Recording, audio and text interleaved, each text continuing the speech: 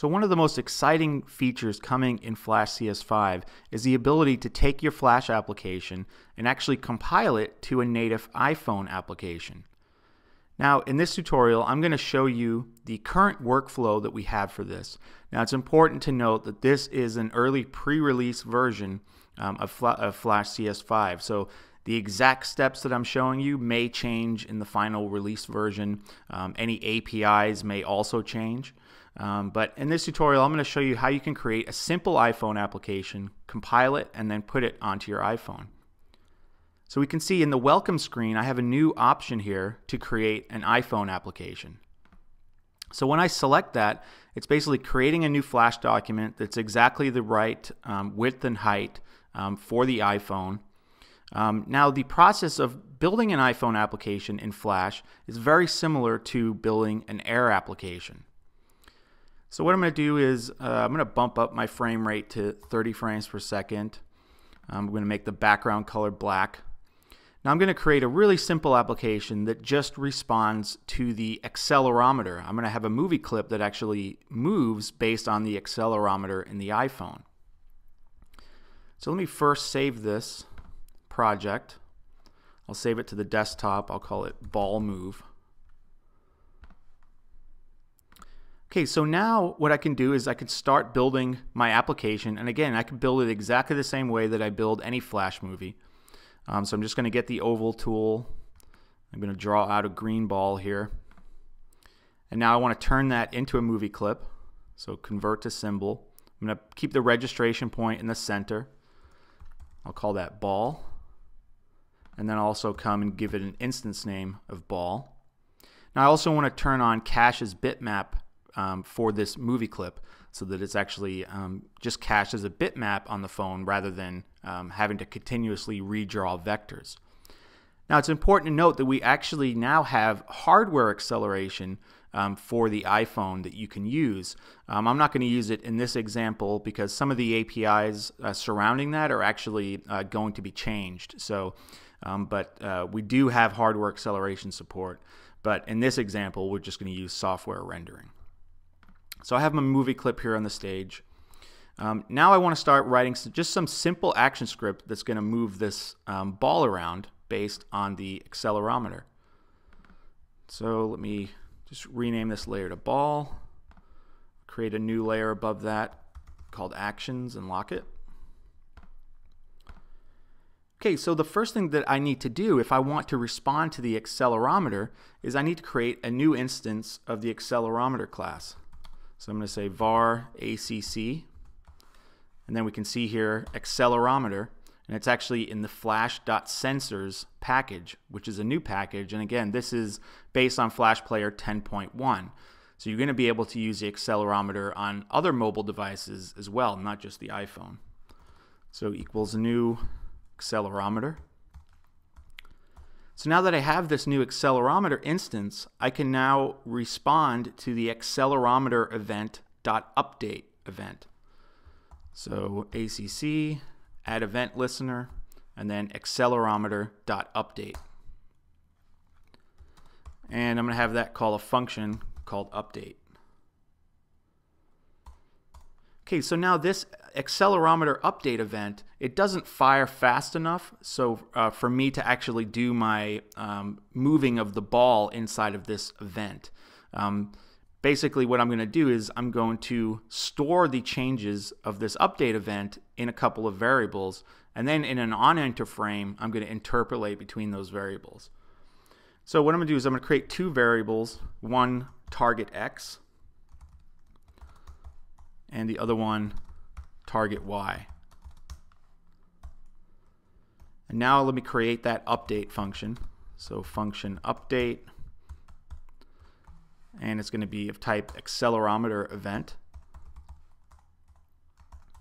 And you're also seeing some of the new code features here in Flash CS5, which is very welcome change. So now that I have this, all I'm going to do is I'm going to set those two properties I just created, so TX, and then inside of this event object we can see we have acceleration X. So that's essentially the acceleration value from the accelerometer sensor. Now this number is too small to actually use, so what I'm going to do is I'm going to multiply that by 100. And I'm going to do a similar thing for the y. Now I myself am very new to this API, so but I'm just showing you a simple example of what you can do here. Again, you can get the values for the x, y, and z properties from the accelerometer. We're just going to use x and y here. Okay, so now every time the accelerometer update event fires, I'm getting the value, increasing the value here and storing it in these two variables. Now I want to actually, in an onEnter frame, I want to actually move the ball based on that. So add event listener, event.enterFrame. I'll have it call a function called loop. So function loop.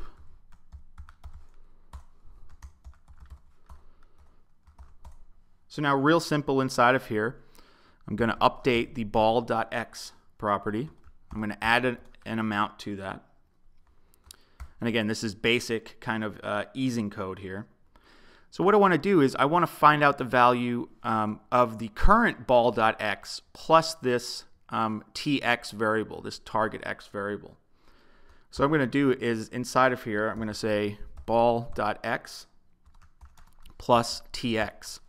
And that's essentially going to be the new target for the ball.x. So now what I need to do is I need to subtract that from ball.x. And now again, I can multiply this by a number here just to decrease that value a little bit. So each time we come through, we're going to be, over time, we're going to be approaching the target, which is ball.x plus tx. And again, this is kind of basic easing functionality here. So it's going to be a similar thing for the ball.y. So let me just change these properties. This is going to be ty. This is going to be y. Now in order to get it working correctly for the accelerometer here, I actually want to subtract ty from the ball.y, just so that it works the way that you think it should once it gets onto the phone. And ball.y. So here's my basic accelerometer-based animation. Now obviously if I test this, and we can see what happens if I hit Command Enter, this is actually going to test this just like it does an air application. So we can see it's actually running an ADL just like any other air application you create in Flash. But obviously the accelerometer is not, there is no accelerometer on my Mac. So in order to test these phone-specific features, I'm actually going to have to put this application onto my iPhone. Now we are looking at ways in the future of being able to simulate these different types of things, but for right now I'm going to have to actually put this, compile this, and put it onto my iPhone to see this animation happening. So how do we actually compile this application? So again, it's very similar to compiling an air application. So I'm going to go into the air settings window. Now it's important to note again that this workflow may change as far as the UI you're seeing here and the menus and things like that. So under profiles, I want to make sure mobile device is selected, which it is. Now under signature, this is where you basically you have to become a member of the iPhone developer program with Apple. So that is essentially something where you pay $99 a year, and that's going to allow you to actually develop iPhone applications. Now there's two files that you need to generate from the Apple website in order to compile. You need to have a iPhone developer certificate, and we can see down here the iPhone digital signature. This is pointing to the certificate that I downloaded from the Apple website, and I need to put in my password here. The other is called a mobile provisioning profile. Now that actually has my app ID, and it also has this bundle seed ID, which I need to put in here. So actually let me have that on the clipboard. So let me just seed, and here's the actual bundle seed ID. And again, these two pieces of information are things that you actually download from Apple. So I'll paste that in. And now under icons, now I can actually provide the icons for my application. So there's three icons you provide. One is a 29 by 29, and I already have these created here on the desktop.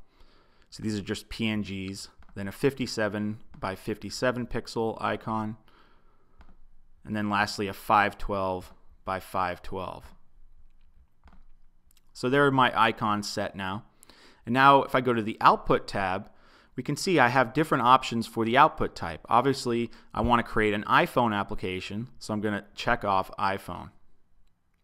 Now, one of the things to note is the compilation process can take quite a long time. So this is not something where, you know, it's a lot slower than just testing your application here on the desktop. So what I'm going to do is I'm going to start publishing this. So now it's actually compiling my application. Now we can see under here we have different deployment types. If I just want to publish it quickly, or as quickly as possible to put on my device, I want to choose the one that's selected here. If I want to actually debug the application, so I can actually receive trace statements from the application running on my iPhone here in Flash, I can choose this. If I want to deploy it in an ad hoc fashion to up to 100 iPhones, I can choose this. But most importantly, if I want to actually sell this on the App Store, I want to choose this deployment one. And so now it's finished compiling. I'll click OK. So now on the desktop, we can see I have this ballmove.ipa file. That is the iPhone application. So now what I want to do is I want to put this onto my iPhone. So I'm going to open iTunes here, and I already have my iPhone connected. Now all I need to do is to actually drag that IPA file directly into iTunes, into my library. And now we can see here it's showing up in my applications. There's my ball move application with the custom icon. Now I want to go to my iPhone, go to Applications, and I can see it's checked off here, so it's going to be added to my phone. I'm going to hit sync, and now it's actually going to copy that ball move application onto my iPhone. You can see it's installing right there. And there we go, it's finished installing. Now actually, I'm going to launch Photo Booth so you can see this actually on the device here. So let me get this started. So there's the custom icon here for my application. And when I launch that up, we can see now I can actually move this ball around based on the accelerometer. So extremely easy. You know, it's kind of amazing how much easier it is to create applications in this fashion rather than using Objective-C, which is quite a bit more complicated. So you can see I have really nice motion there. And again, if I had hardware acceleration enabled, I'd be able to get really fast performance. But you can see it's really nice movement here based on the accelerometer. So let me quickly show you a couple of the examples that have hardware acceleration. These were created by engineers on the player team. So this is an example with a bunch of graphic sprites that are being animated. And again, this is using the OpenGL or the hardware acceleration on the actual iPhone. And you can see really fast performance. This is using a different API than Cache's bitmap, which actually keeps these things cached even when you rotate them, change the opacity, and do different things like that. So really fast performance. The other one is a 3D dice example, which has physics applied. So here we have three die here that are actually moving around in 3D space with physics applied to them. And you can see we get really nice performance out of this because, again, we're using the new hardware acceleration features. So even as these things are rotating in 3D space, they remain cached on the GPU on the phone, so giving you really nice performance. So that's the basics right for now of creating iPhone applications using Flash CS5. Again, things may change slightly in the final release version, but you can see it's incredibly easy now to create nice iPhone applications using Flash.